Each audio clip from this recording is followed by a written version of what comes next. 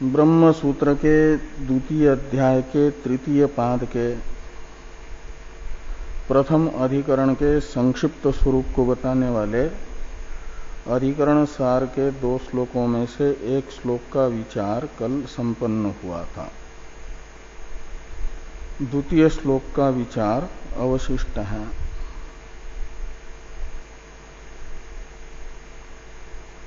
आकाश की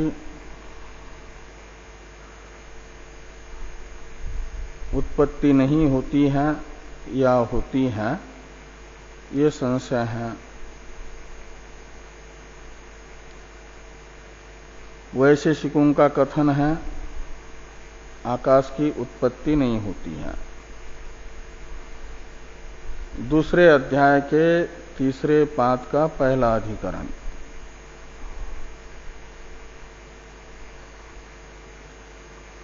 आकाश की उत्पत्ति नहीं होती है, ये मानना है तार्किकों का। तार्किक हैं वैशेषिक, वे आरंभवादी हैं। आरंभवाद में किसी भी कार्य की उत्पत्ति के लिए आवश्यक होता है 3 कारणों का होना। 3 कारण हैं समवायी कारण, असमवायी कारण, निमित्त कारण। द्रव्य का समवायी कारण माना जाता है अवयव को। आकाश द्रव्यात्मक है, इसलिए आकाश रूपी द्रव्य का कारण तो हो सकता है उसका अवयव, किंतु वैशेषिकों ने आकाश को माना है निरवयव द्रव्य। निरवयव द्रव्य होने से आकाश का समवायी कारण रूपी अवयव नहीं है, तो समवायी कारण असंभव है। और असमवायी कारण माना जाता है अवयवों के संयोग को। जैसे पट रूपी कार्य है, तो पट के अवयव जो तंतु हैं वे हैं समवायी कारण, और तंतुओं का संयोग है असमवायी कारण। और जुला है, बाकी वो चरखा आदि हैं, वो सब निमित्त कारण कोटि में आते हैं। तुरी व्योमादि को माना जाता है निमित्त कारण। ईश्वर, ईश्वर इच्छा आदि बहुत होते हैं निमित्त कारण। तो अनेक हो गए कारण एक कार्य के प्रति। तो वस्त्र तो सावयव द्रव्य होने से उसका समवायी कारण तंतु भी संभव है, तंतुओं का संयोग रूपी असमवायी कारण भी संभव है। और इन दोनों से भिन्न बाकी पट को बनाने के लिए जितने भी कारण होते हैं वे निमित्त कारण कोटि में आते, वे भी संभव है। ऐसे आकाश का समवायी कारण और असमवायी कारण असंभव होने से तद उभय भिन्नम कारणम निमित्त कारणम रूपी निमित्त कारण भी असंभव हो जाएगा। तो हेतुत्रय रहित आकाश होने से उसकी उत्पत्ति नहीं हो पाएगी। हेतुत्रयवान जो द्रव्य होगा वही उत्पन्न होता है। वे पृथ्वी के द्व्यनुकादि हैं वैशेषिकों के अनुसार हेतुत्रयवान द्रव्य, इसलिए वो तो उत्पन्न होते हैं आरंभवाद में। और जिस द्रव्य में ये 3 कारण नहीं संभव है वह द्रव्य उत्पन्न नहीं होता। तो आकाश में तीनों हेतु संभव न होने से आकाश की उत्पत्ति नहीं होती है, ये वैशेषिकों की मान्यता है। तो फिर आकाश की उत्पत्ति बताने वाले श्रुति वाक्य का क्या होगा? तस्माद् वा ये तस्माद् आत्मनः आकाश संभूत, यह श्रुति वाक्य बता रहा है कि परमात्मा से आकाश उत्पन्न हुआ है, इसकी क्या गति होगी, ये आरंभवादी से पूछा गया। तो आरंभवादी कहते हैं श्रुति भी युक्ति विरुद्ध अर्थ बता नहीं सकती, अयुक्त अर्थ श्रुति कैसी बताएगी। इसलिए वहां पर बताना है सावयव द्रव्यों की उत्पत्ति। वायवादी सावयव है, तो वायवादी भूतों की उत्पत्ति बताने वाले प्रकरण में वायवादी के तरह ही आकाश भी भूत होने से बाकी चार भूत उत्पन्न होते हैं, तो गौण रूप से कह दिया कि आकाश भी उत्पन्न होता है। वो गौणी श्रुति है, आकाश की उत्पत्ति बोधक श्रुति मुख्य नहीं है, गौण है। उत्पन्न होने वाले वायवादी के तरह ही आकाश भी एक भूत है, इतना मात्र बताने में उस श्रुति का तात्पर्य है, न कि उत्पत्ति बताने में। ऐसा आरंभवादी उस श्रुति को गौण मान करके अपने मत को स्थापित करता है। प्रथम श्लोक में ही बताया गया, एक देशी मत है तो उसमें आरंभवाद भी है कि आकाश उत्पन्न नहीं होता। मुख्य रूप से पक्ष है आरंभवादी का, उन्हीं के यहां ये समवाय कारण, असमवाय कारण, निमित्त कारण, तीन कारण के भेद भी हैं।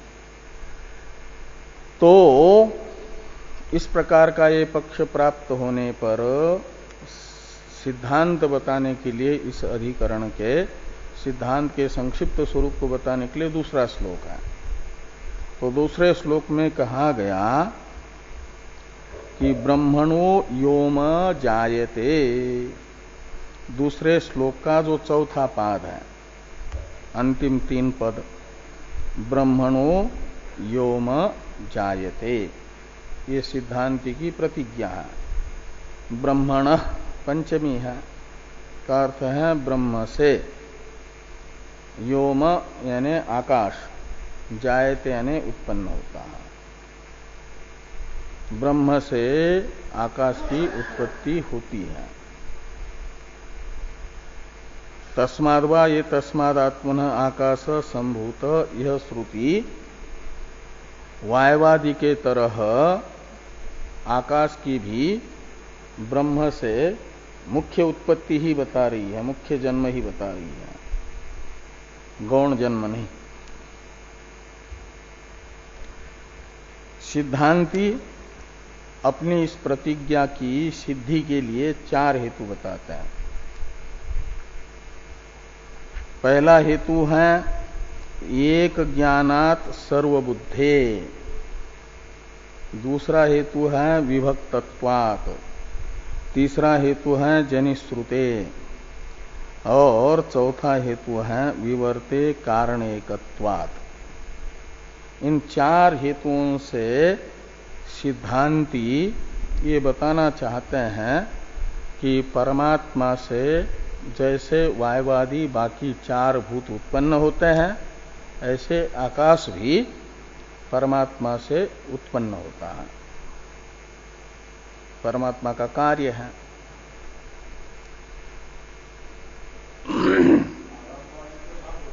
हाँ, आरंभवादी ना बोलते हैं, वो ना समझ है, समझदार हैं वेदांती। वे कहते हैं कि आकाश की उत्पत्ति होती है, वो नित्य द्रव्य नहीं है। पहला हेतु बताते हैं कि वेदांत में आप देखोगे तो स्थान स्थान पर यह प्रतिज्ञा है एक ज्ञान से सर्वज्ञान की, है कि नहीं। कई स्थान पर उपनिषदों में एक ज्ञान से सर्वज्ञान की प्रतिज्ञा आई है, और उसका उत्पादन भी हुआ है। एक ज्ञान से सर्वज्ञान कब हो सकता है? जब सबको एक से अभिन्न मानेंगे। वो जो एक कारण है उससे सभी के सभी अभिन्न होंगे, तभी एक कारण के ज्ञान से उससे अभिन्न यावत कार्यों का ज्ञान हो सकता है। जीव तो मुख्य रूप से ही ब्रह्म से अभिन्न है, और बाकी जो जगत है वह ब्रह्म का कार्य वेदांत के मत में होने से कार्य का अपने कारण से अनन्यत्व होता है। कार्य अपने कारण से अनन्य होता है। तद अनन्यत्वम आरंभण शब्दादिभ्य, इसे बताया गया कि कार्य जो है अपने कारण से अनन्य है, अभिन्न है। जैसे घटादि मृत्तिका से अनन्य है। और यदि आकाश को अनुत्पन्न मानेंगे, वायवादी की ही उत्पत्ति मानेंगे ब्रह्म से, तो वायवादी हो जाएंगे ब्रह्म के कार्य, इसलिए ब्रह्म से अभिन्न। ब्रह्म के कार्य होने से वायवादी तो ब्रह्म से अनन्य होने से, और जीव भी मुख्य रूप से ब्रह्म रूप ही होने से ब्रह्म से अभिन्न है। तो ब्रह्म से ब्रह्म ज्ञान से वो जाना जाएगा, और ब्रह्म का कार्य होने से वायवादी भी ब्रह्म ज्ञान से ज्ञात हो जाएंगे। ब्रह्म के विज्ञान से वायवादी का भी विज्ञान हो जाएगा। और आकाश तो ब्रह्म का कार्य नहीं होगा आरंभवादी के अनुसार, तो कार्य कारण का अनन्यत्व माना जाता है। आकाश तो ब्रह्म का कार्य न होने से ब्रह्म से अनन्य नहीं होगा, भिन्न ही रहेगा। और भिन्न होगा यदि, तो ब्रह्म ज्ञान से आकाश का विज्ञान होगा क्या? नहीं होगा। तो एक ज्ञान से सर्वज्ञान नहीं हो पाएगा, आकाश ज्ञात नहीं होगा। तो एक ज्ञान से सर्वज्ञान की जो वेदांत में स्थान स्थान पर प्रतिज्ञा है, उस प्रतिज्ञा का विरोध होगा कि नहीं? आकाश को जो अनुत्पन्न मानते हैं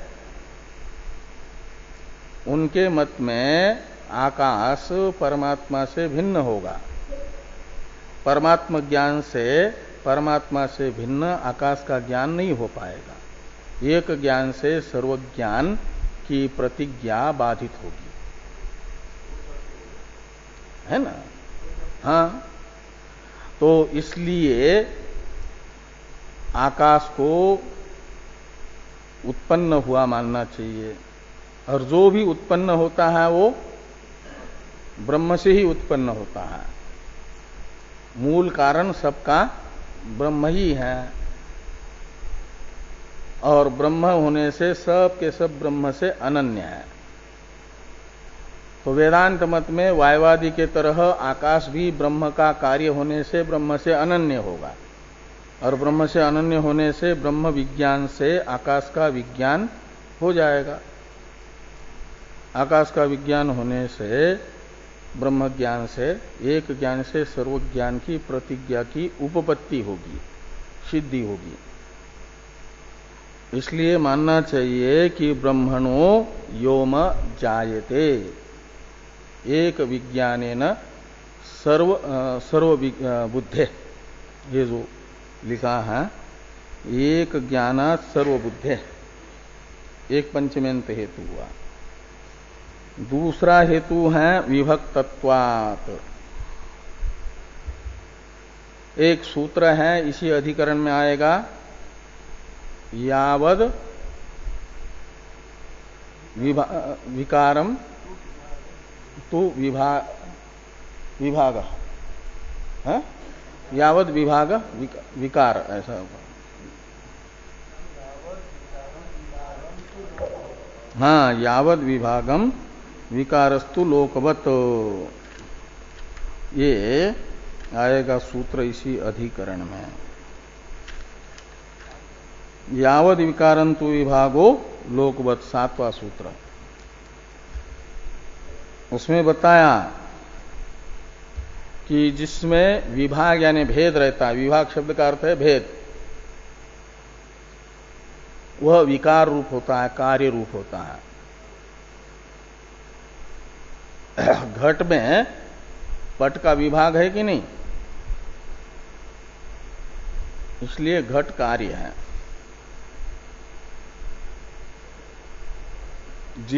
तो घट में पटादि का विभाग यानी भेद होने से घट जैसे विकार है। तो आकाश में भी वायवादि का विभाग है कि नहीं, विभाग यानी भेद। वायवादि से भिन्न है कि नहीं आकाश, भिन्न है तो विभाग है, भेद है। तो जो भेद का अधिकरण है वो विकार रूप ही है, विकार रूप है। तो ये वायवादि के भेद का अधिकरण आकाश होने से आकाश घट के तरह विकार होगा, कार्य होगा, इसलिए एक अनुमान बनेगा। योम जायते विभक्तत्वात् घटादिवत्, यत्र यत्र विभक्तत्वं तत्र तत्र जायमानत्वं यथा घटादय। घटादि में विभक्तत्व है, जायमानत्व भी है। तो आकाश में भी विभक्तत्व होने से, विभक्तत्व का अर्थ है भिन्नत्व, तो आकाश भी जायमान होगा। जायमान का मतलब उत्पन्न होने वाला। तो ये विभक्तत्व हेतु से भी आकाश का जन्म सिद्ध होता है, उत्पत्ति सिद्ध होती है।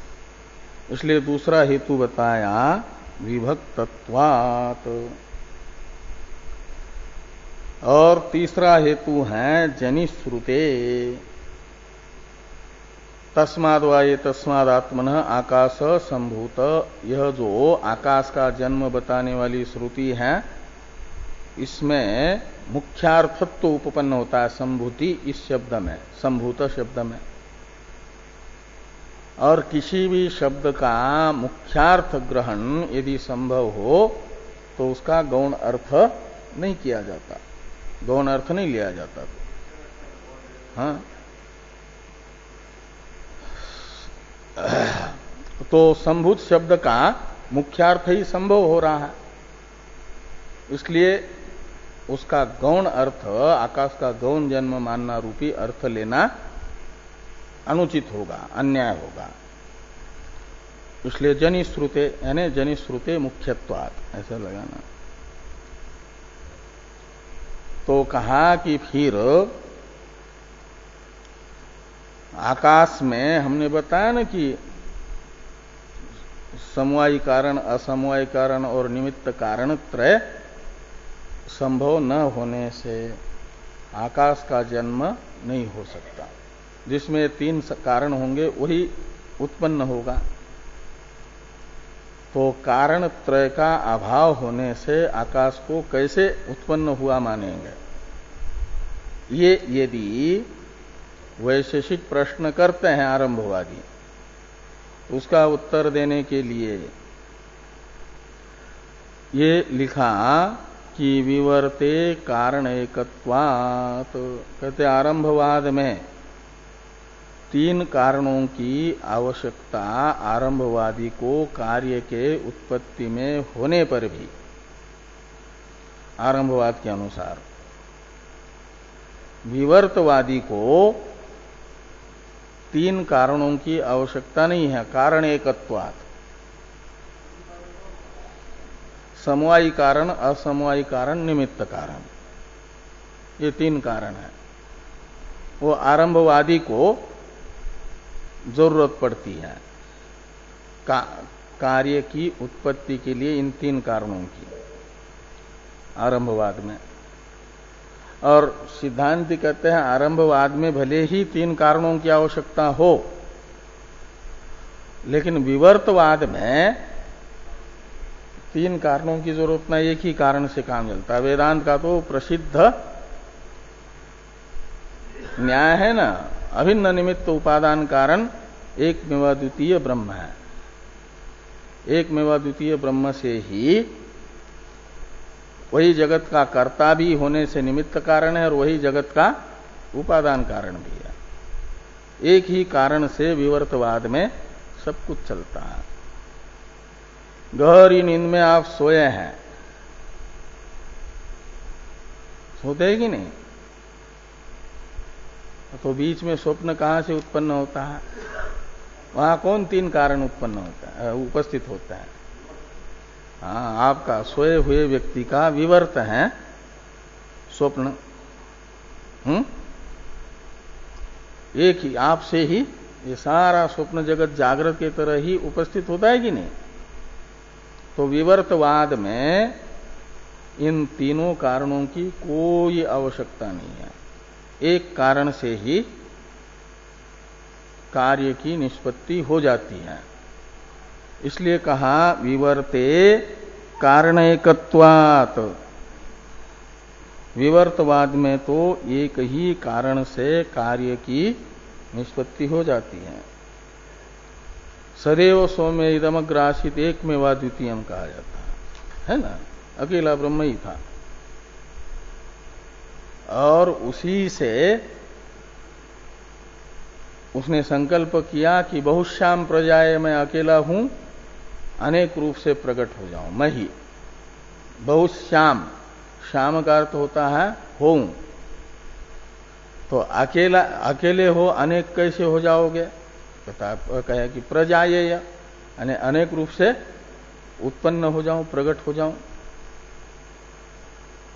ये संकल्प बता रहा है कि एक ही अनेक बन गया है। एक रस्सी ही सर्प भी बन जाती है और एक रस्सी दंड ही बन जाती है, माला भी बन जाती है। तो माया कोई अलग है क्या? शक्ति शक्तिमतो रभेदा। माया और माई जो है एक है, माया और माया भी है कि नहीं? वो शक्ति रूप होने से उसे अलग नहीं गिना जाता। आपके अंदर बोलने की शक्ति है, सुनने की शक्ति है, देखने की शक्ति है, उसको बैठने के लिए कहाँ कुर्सी है? किस कुर्सी पर बैठी है? वो बोलने की शक्ति, देखने की शक्ति, सुनने की शक्ति कौन? तो आप भी निरवयव ही हैं। आप क्या शरीर हैं क्या? आप शरीर हैं तो आप आत्मा है। तो आत्मा का कौन सा अवयव है? हैं?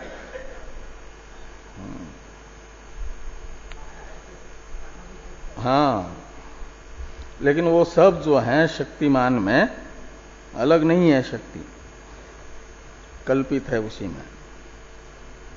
इसलिए कहा विवर्ते कारणैकत्वात्। विवर्तवाद में एक ही कारण होने से ब्रह्मणो योम जायते, ब्रह्म से आकाश की उत्पत्ति हो जाती है।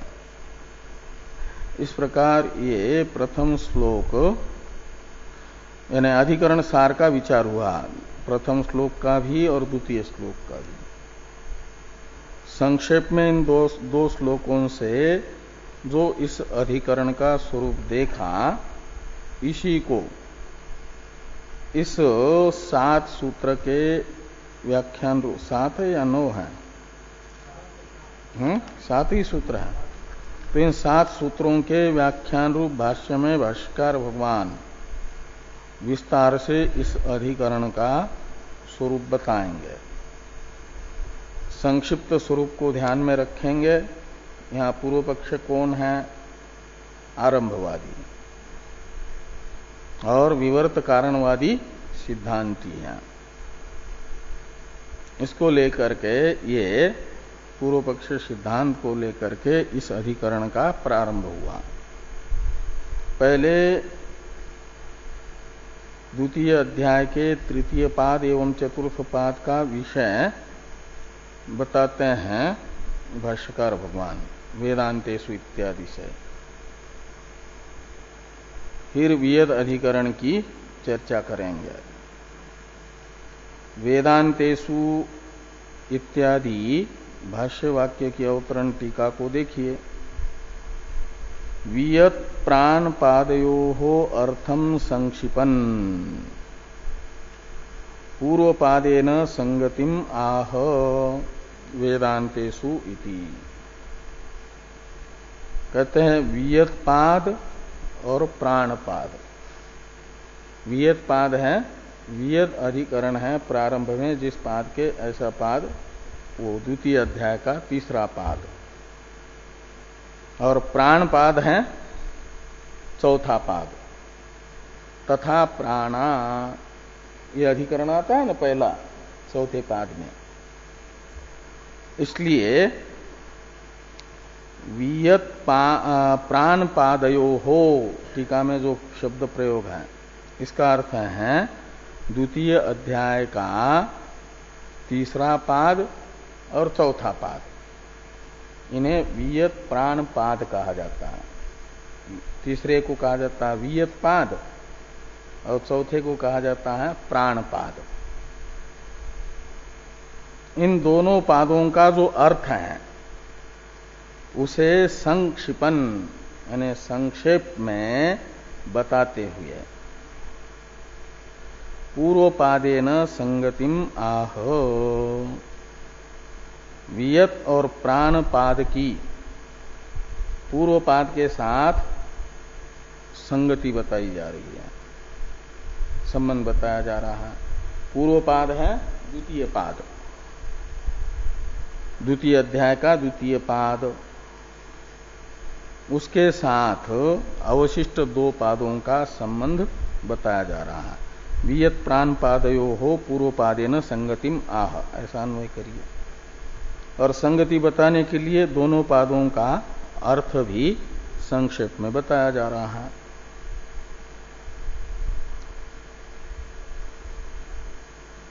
तो वेदांतेषु तत्र तत्र भिन्न प्रस्थाना उत्पत्ति श्रुतय उपलभ्यन्ते।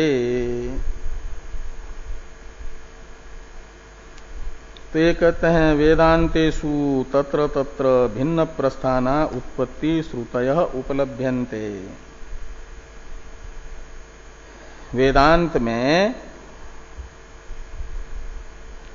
यानी उपनिषदों में, वेदांत कहते हैं उपनिषदों को, तो उपनिषदों में अलग अलग प्रकरणों में भिन्न प्रस्थाना यानी भिन्न क्रम से उत्पत्ति बताने वाले श्रुति वाक्य मिलते हैं। भिन्न प्रस्थान यानी भिन्न क्रम, तो भिन्न क्रम से उत्पत्ति बताने वाली श्रुतियां उपलब्ध हो रही है। जैसे कहते हैं केचित आकाशस्य उत्पत्ति मामनन्ति केचित न। तैत्रीय श्रुति बताती है कि आकाश उत्पन्न होता है, तैत्रीय उपनिषद में आया ना। इसलिए केचित यानी केचित वेदाः, कुछ वेद वाक्य क्या करते हैं, आकाश की उत्पत्ति बताते हैं। तस्माद् वा एतस्माद् आत्मनः आकाश संभूत इत्यादि। और केचित न, छांदोग्य में आकाश की उत्पत्ति नहीं बताई गई, तेज की सीधे उत्पत्ति बताई। और तथा केचित् वायोः उत्पत्तिम आमनन्ति केचित् न, कहीं वायु की उत्पत्ति बताई जाती है तैत्रीय में, और छांदोग्य में वायु की उत्पत्ति नहीं बताई जाती। ऐसे कहीं जीव और प्राण की उत्पत्ति बताई जाती है उत्पत्ति के प्रकरण में, कहीं पर नहीं बताई जाती है। कहते एवं जीवस्य प्राणानांच, यानी कुछ शाखा की उपनिषदों में जीव तथा प्राण की उत्पत्ति आकाश और वायु के उत्पत्ति के तरह बताई भी गई है और कहीं पर नहीं भी बताई गई है। तो ये कहीं उत्पत्ति आकाश को उत्पन्न बताना, कहीं अनुत्पन्न बताना, ऐसे वायु को कहीं उत्पन्न कहीं अनुत्पन्न बताना, और क्या, इतना तो दृढ़ बिठाए रखना कि स्वरूपतः उत्पत्ति जीव की कभी नहीं होती। इसको कोई भी ब्रह्मा जी भी आकर के कहें तो जीव की उत्पत्ति का मतलब औपाधिक उत्पत्ति, हाँ, स्वतः नहीं, जीव स्वतः उत्पन्न नहीं होता। जीव की उपाधि उत्पन्न हुई तो माना जाता है जीव उत्पन्न हुआ। तो एवं आगे कहते हैं एवं एव क्रमादि द्वारकोपि विप्रतिषेध श्रुत्यंतरेषु उपलक्ष्यते। कहते हैं कि जैसे उत्पत्ति अनुत्पत्ति को लेकर के श्रुति वाक्यों में विरोध है, आकाश वायु जीव और प्राण के उत्पत्ति अनुत्पत्ति को लेकर के श्रुति वाक्यों में आपस में विरोध है। कोई बता रहे ये उत्पन्न होते हैं, कोई कहते नहीं उत्पन्न होते हैं। तो श्रुति वाक्यों में ही एक दूसरे से विरोधी ही अर्थ को बता रहे ना श्रुति वाक्य।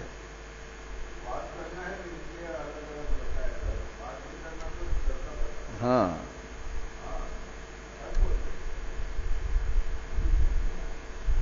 तो ये हुआ। आगे कहते हैं कि एवं एव क्रमादि द्वारकोपि विप्रतिषेध। हाँ,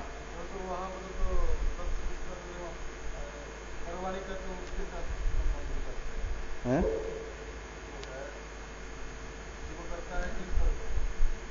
ईश्वर करता है।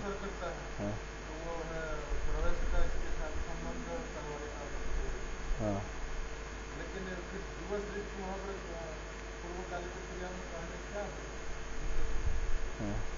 यानी जीव रूप से प्रवेश हुआ, ये कह रहा है। परमात्मा जीव रूप से प्रविष्ट हुआ है, प्रविष्ट हुआ तो जीव बन गया, इसलिए वो प्रवेश के साथ जीव का अन्वय है, जीवान्वयो प्रवेश है।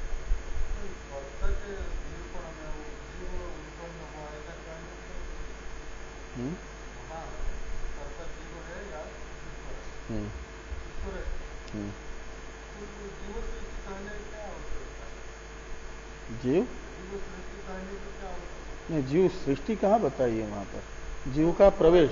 हाँ, इसलिए कि वहां पर श्रुति में आया है अनेन जीवेन आत्मना अनुप्रविश्य नाम रूपे व्याकरवाणी। इसी श्रुति के आधार पर पूर्व पक्षी कहना चाहते हैं कि व्याकर्ता जीव ही है।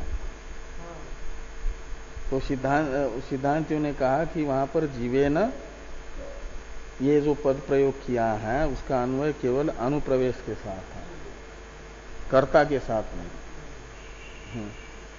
कर्ता तो उत्तम पुरुष जो है, अहम शब्द का प्रयोग जिसके लिए हुआ वो ईक्षण कर्ता के लिए हुआ।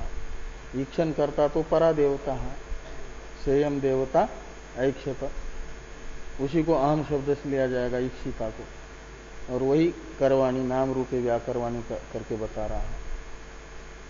इसलिए कर्ता के रूप में तो अन्वय होगा नाम रूप व्याकर्ता के रूप में, किसका, ईक्षण कर्ता का। ईक्षण कर्ता परमेश्वर है। और जब सृष्टि होगी नाम रूप का व्याकरण होगा, यानी कार्यक्रम संघात बनेगा, तो उसमें प्रतिबिंबित जीव होगा।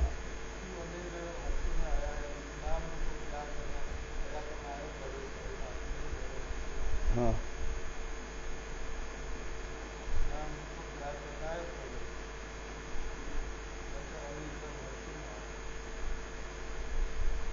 लेकिन तात्पर्य वेदांत का निकालने के लिए ब्रह्म सूत्र का जो निर्णय है वो सर्वमान्य माना जाता है। भाष्य में जो भाष्यकार ने दिया, भाष्यकार ही दे रहे निर्णय, तो इस प्रकार ये क्या नाम आपका जो है आकाश, वायु, जीव और प्राण की कहीं उत्पत्ति कहीं अनुत्पत्ति बता रही है श्रुति। तो ये उत्पत्ति द्वारक विरोध, उत्पत्ति अनुत्पत्ति द्वारक विरोध श्रुति वाक्यों में प्रतीत हो रहा है। तो जैसे ये उत्पत्ति अनुत्पत्ति को लेकर के विरोध है, ऐसे क्रम द्वारक भी विरोध है। उसे कह रहे हैं एवं एव क्रमादि द्वारकोपि विप्रतिषेध श्रुत्यंतरेषु उपलक्ष्यते। तो अन्य अन्य श्रुतियों में उत्पत्ति अनुत्पत्ति द्वारक विरोध जैसा है, ऐसे क्रम द्वारक विरोध भी है। कहीं तेज की पहले उत्पत्ति, कहीं आकाश की पहले उत्पत्ति, तो एक क्रम द्वारक विरोध हो रहा है ना वहां पर। और कहीं पर अक्रम ही बताया गया है। तो क्रम द्वारकोपि विप्रतिषेध श्रुत्यंतरेषु उपलक्ष्यते। और विप्रतिषेधाच्च परपक्षाणाम अनपेक्षितत्वं स्थापितम। और कहते हैं इस प्रकार यहां तक जो है विप्रतिषेध श्रुत्यंतरेषु उपलक्ष्यते, यहां तक क्या हुआ, वियत्पाद और प्राणपाद का जो अर्थ है उसको संक्षेप से भाष्यकार भगवान ने बताया। वेदांतेषु तत्र तत्र से लेकर के श्रुत्यंतरेषु उपलक्ष्यते, यहां तक के ग्रंथ से द्वितीय अध्याय का तीसरा पाद और द्वितीय अध्याय का चौथा पाद, इन दोनों पादों के अर्थ को संक्षेप में बता दिया गया। क्यों बताना है संक्षेप में यहां पर दोनों पादों के अर्थ को? इसलिए कि दोनों पादों का तीसरे पाद के साथ संबंध बताना है। अब तीसरे पाद के साथ संबंध बताया जा रहा है। तीसरे पाद के साथ संबंध बताने के लिए आवश्यक होगा तीसरे पाद में क्या कहा गया, वो समझना जरूरी है कि नहीं। इसलिए तीसरे पाद का व्रत कथन कर रहे हैं भाष्यकार भगवान। तो कहते हैं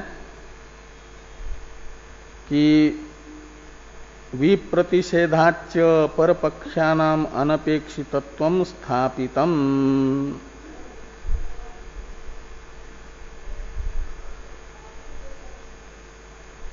तो विप्रतिषेधाच्च, विप्रतिषेध कहते हैं विरोध को। तो तीसरे पाद में, दूसरे पाद में, दूसरे अध्याय के सिद्धांतियों ने पूर्व पक्षियों के वचनों का आपस में विरोध दिखा करके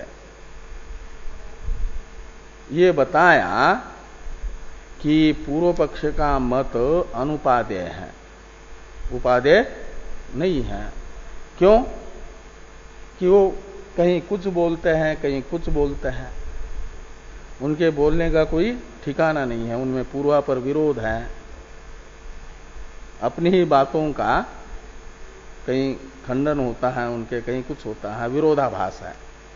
उनके अपने ही वचनों में विरोधाभास दिखा करके दूसरे अध्याय के दूसरे पाद में ये बताया गया कि पूर्व पक्षियों के मत जिज्ञासु के लिए उपादेय नहीं है।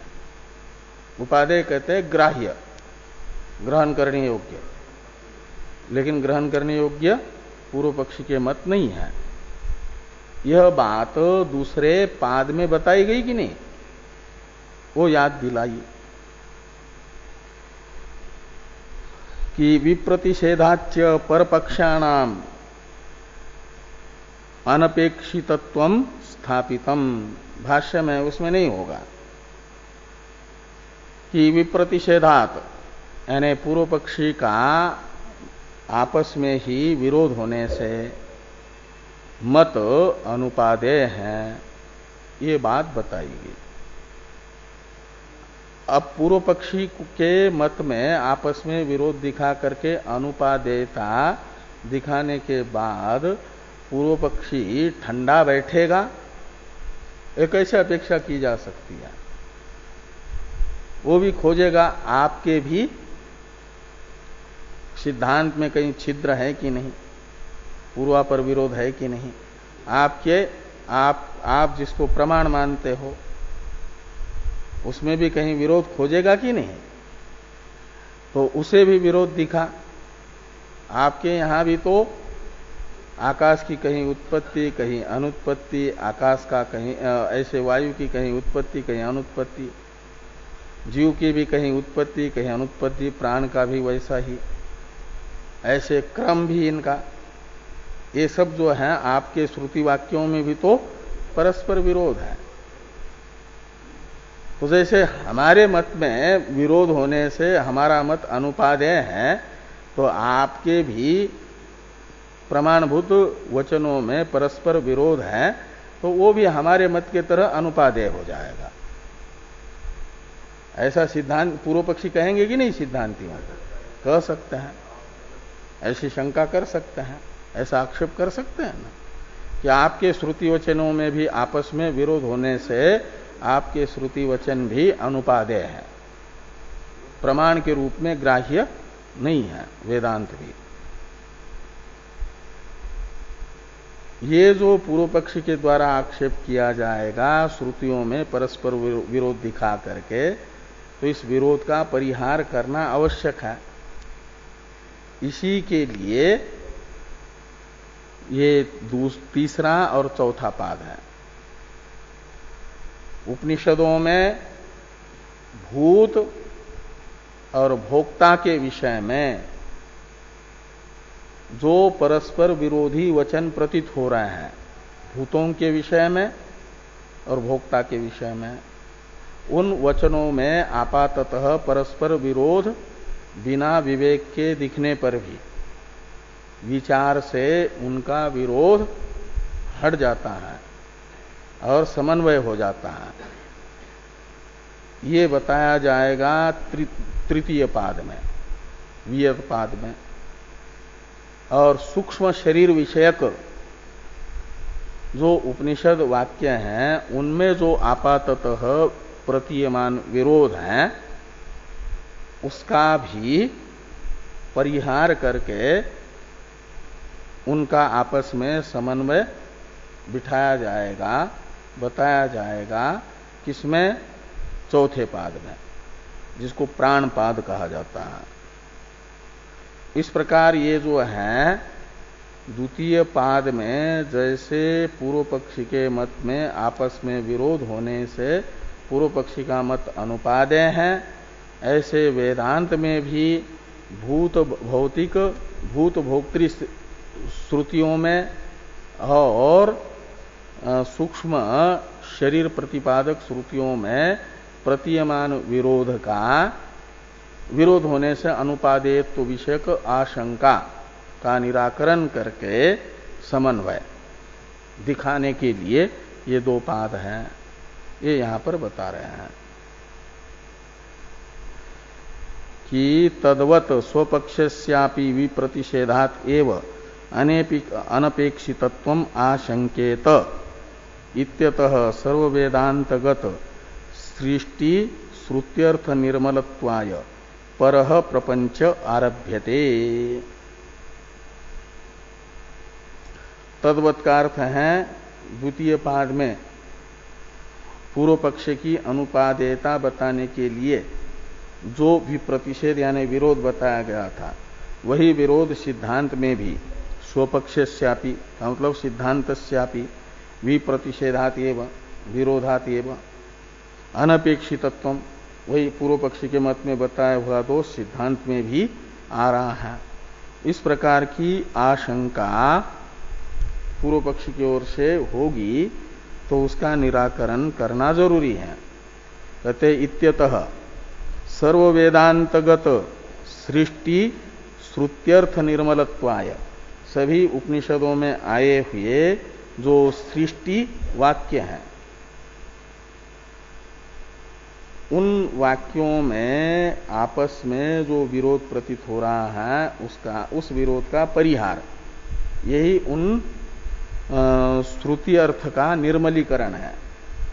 तो निर्मलत्वाय श्रुति अर्थ में वो विरोध जो आपाततः प्रतीत हो रहा है उसका निराकरण हो जाएगा, तो माना जाएगा कि सृष्टि श्रुत्यर्थ निर्मल हो गया। तो निर्मल करने के लिए यानी सृष्टि वाक्य में प्रतीयमान विरोध का परिहार करने के लिए परह प्रपंच है इस अध्याय के अवशिष्ट 2 पाद, तीसरा और चौथा, ये आरभ्यते, आरंभ किया जा रहा है, ये बताया गया। थोड़ी टीका है, इसको देखिए। शुरू से लेकर के वेदांतेषु तत्र तत्र से लेकर के परह प्रपंच आरभ्यते यहां तक के ग्रंथ का टीकाकार ने जो अर्थ किया वो बताया जा रहा है टीका में।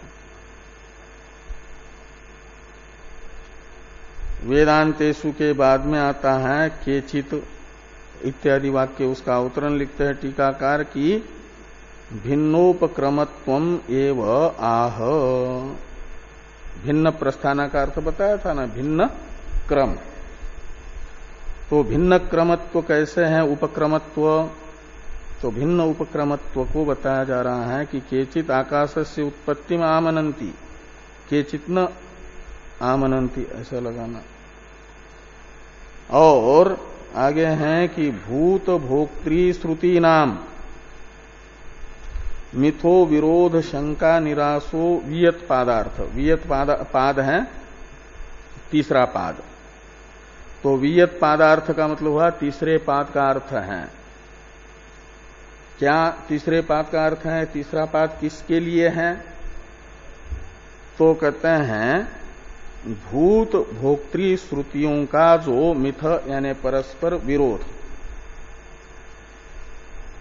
तद विषयक आशंका का निराकरण तीसरे पाद में होगा, वियत पाद में होगा। और लिंग शरीर श्रुति नाम तन निराशाय प्राण पादार्थ, निराश प्राण पादार्थ।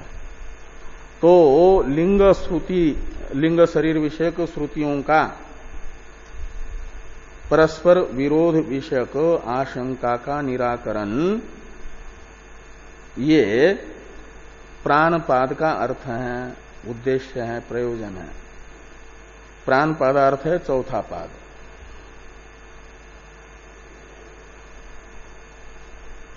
यथा मिथो विरोधात पूर्वापर विरोधाच्च परपक्षा उपेक्षा, तो जैसे ये बताया गया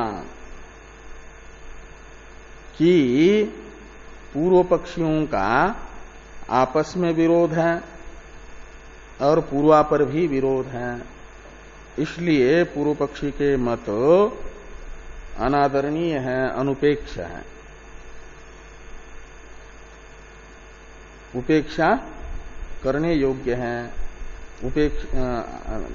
उपादेय नहीं है, अनुपादेय है। ऐसे तथा श्रुति पक्षोपि, तो श्रुतियों में भी तो आपस में विरोध है, इसलिए श्रुति पक्षोपि उपेक्ष इति शंका उत्थाने सति, इस प्रकार की शंका का उत्थान होने पर पादद्वयस्य आरंभात, ये जो तीसरा चौथा पाद है इसका आरंभ होने से पूर्वपादेन यानी दूसरे पाद के साथ दृष्टांत संगति इति समुदायार्थ, ये तीसरे और चौथे पाद की दूसरे पाद के साथ दृष्टांत संगति बनेगी, दृष्टांत संबंध बनेगा।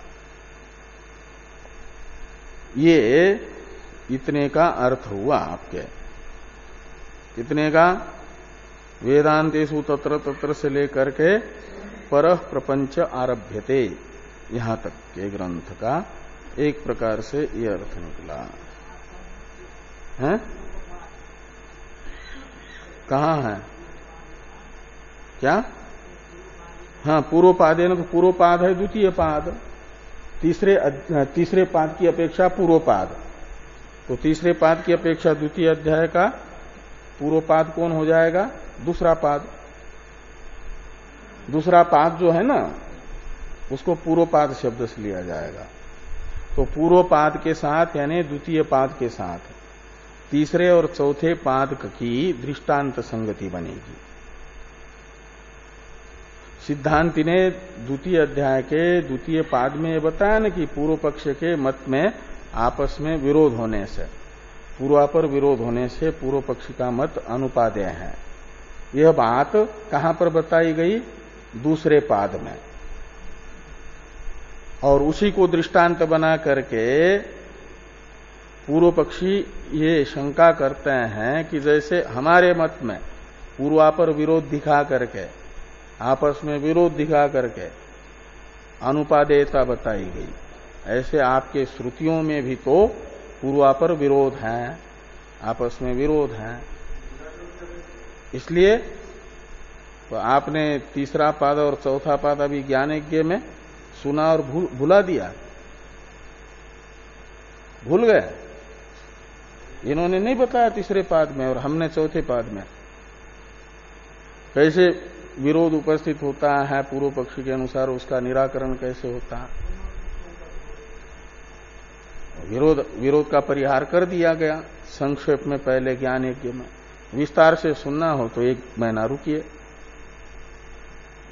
1 महीना क्या, दोनों पादों को सुनने के लिए तो 2 महीना रुकना पड़ेगा।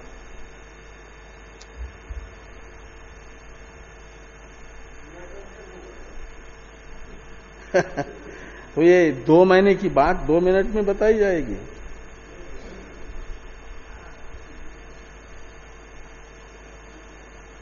तो ये हुआ। अब वो जिन जिन श्रुतियों में आपस में विरोध प्रतीत होता है उन श्रुतियों का उद्धरण यहां पर टीका में दिया है। इस पर चर्चा हम लोग कल करते हैं।